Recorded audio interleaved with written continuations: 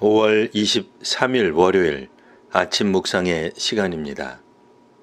오늘 우리에게 주시는 하나님의 말씀은 구약 성경 사무엘상 10장 17절에서 27절까지 말씀입니다. 사무엘이 백성을 미스바로 불러 여호와 앞에 모으고 이스라엘 자손에게 이르되 이스라엘 하나님 여호와께서 이같이 말씀하시기를 내가 이스라엘을 애굽에서 인도하여 내고 너희를 애굽인의 손과 너희를 압제하는 모든 나라의 손에서 건져내었느니라 하셨거늘 너희는 너희를 모든 재난과 고통 중에서 친히 구원하여 내신 너희의 하나님을 오늘 버리고 이르기를 우리 위에 왕을 세우라 하는도다. 그런즉 이제 너희의 지파대로 1000명씩 여호와 앞에 나아오라 하고 사무엘이 이에 이스라엘 모든 지파를 가까이 오게 하였더니 베냐민 지파가 뽑혔고 베냐민 지파를 그들의 가족별로 가까이 오게 하였더니 마드리의 가족이 뽑혔고 그 중에서 기스의 아들 사울이 뽑혔으나 그를 찾아도 찾지 못한지라. 그러므로 그들이 또 여호와께 묻되 그 사람이 여기 왔나이까? 여호와께서 대답하시되 그가 진보다리들 사이에 숨었느니라 하셨더라. 그들이 달려가서 거기서 그를 데려오매 그가 백성 중에 서니 다른 사람보다 어깨 위만큼 컸더라. 사무엘이 모든 백성에게 이르되 너희는 여호와께서 택하신 자를 보느냐? 모든 백성 중에 짝할 리가 없느니라 하니 모든 백성이 왕의 만세를 외쳐 부르니라. 사무엘이 나라의 제도를 백성에게 말하고 책에 기록하여 여호와 앞에 두고 모든 백성을 각기 집으로 보내매 사울도 기브와 자기 집으로 갈 때에 마음이 하나님께 감동된 유력한 자들과 함께 갔느니라.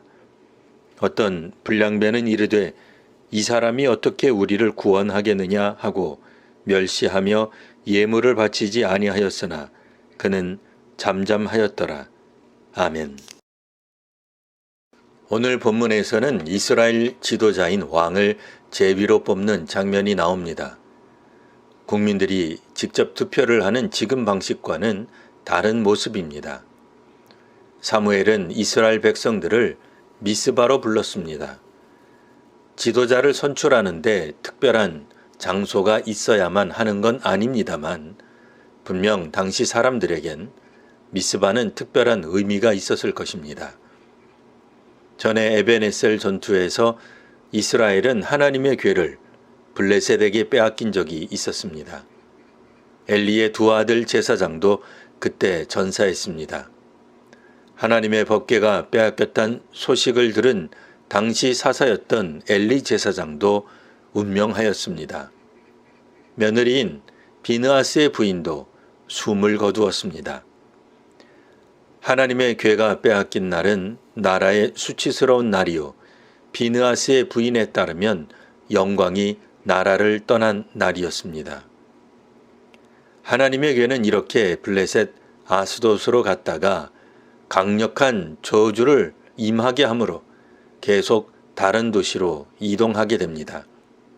결국 이스라엘로 돌아온 궤는 벳세메스를 거쳐 기럇 여아림에 도착했고 20년간 그곳에 있게 됩니다. 하나님의 궤는 블레셋에 빼앗긴 이후 어찌어찌 하여 이스라엘로 돌아왔지만 약 20년간 이스라엘 국민과 나라 중심에 자리 잡지 못했습니다. 그러니 하나님이 이스라엘과 함께 하신다는 확신이 없었습니다. 누군가 말했던 것처럼 영광이 이스라엘을 떠났다는 의식이 지배적이었습니다. 여전히 하나님의 궤는 이스라엘 중앙 성소에 안치되고 있지 않으니 그런 생각을 할 만했습니다. 그런데 사무엘이 등장해서 백성들을 모은 장소가 바로 미스바입니다. 사무엘 및 이스라엘 백성들은 미스바에 모여 회개하였습니다. 이를 지켜본 블레셋은 이스라엘을 침공합니다.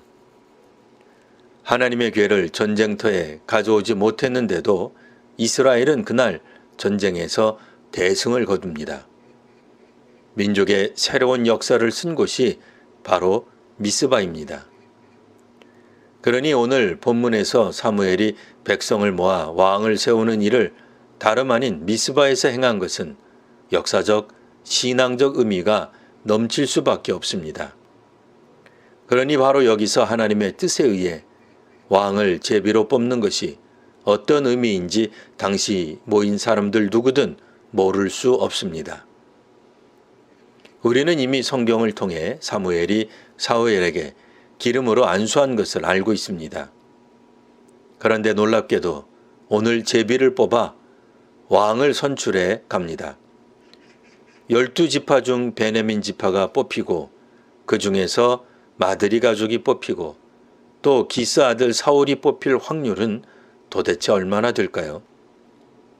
그냥 하나님께서 사울을 선택했다고 말해도 될 듯한데 사무엘은 온 백성이 보는 앞에서 제비를 뽑도록 하였습니다.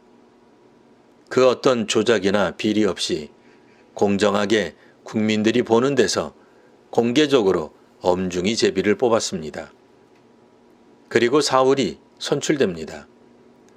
내정에 놓았다 하더라도 제비 뽑기로 바로 그 사람이 선출되었다는 것이 참 놀랍습니다. 그런데 더 놀라운 것은 이처럼 온 국민이 공정하게 뽑은 왕에 대해 반대하는 사람들이 있었다는 것입니다. 오늘날 소위 사회적 합의에 따른 선출 방식을 따랐음에도 이를 스스로 부정하는 사람들이 있었습니다. 그 역사적이고 종교적인 의미가 담긴 미스바에서 공적인 방식으로 공정하게 선출된 지도자에 대해 불만을 가진 이스라엘의 모습은 사사시대만큼이나 왕정시대에도 사람들이 얼마든지 그릇된 길을 갈 수 있음을 보여줍니다. 그렇게 원하던 왕정시대가 시작되었지만 개인과 집단의 권력욕은 쉽게 사라지지 않습니다. 하나님께서 이 땅에 사람과 사회에게 은혜를 더해 주시기를 기원합니다. 기도하겠습니다. 하나님, 권력에 대한 욕심에서 우리로 자유롭게 하옵소서. 정당하게 공정하게 선출된 지도자에 대한 비난과 비방이 사울이 선출된 직후부터 시작되었음을 읽었습니다. 힘에 대한 갈망이 사회와 나라를 나뉘게도 합니다. 이 나라와 세계에 평화가 임하게 하옵소서. 힘이 없는 사회와 나라가 희생당하고 있사오니 저희를 구하여 주옵소서. 하나님께서 다스리시는 나라가 속히 임하여 주옵소서. 예수님 이름으로 기도합니다.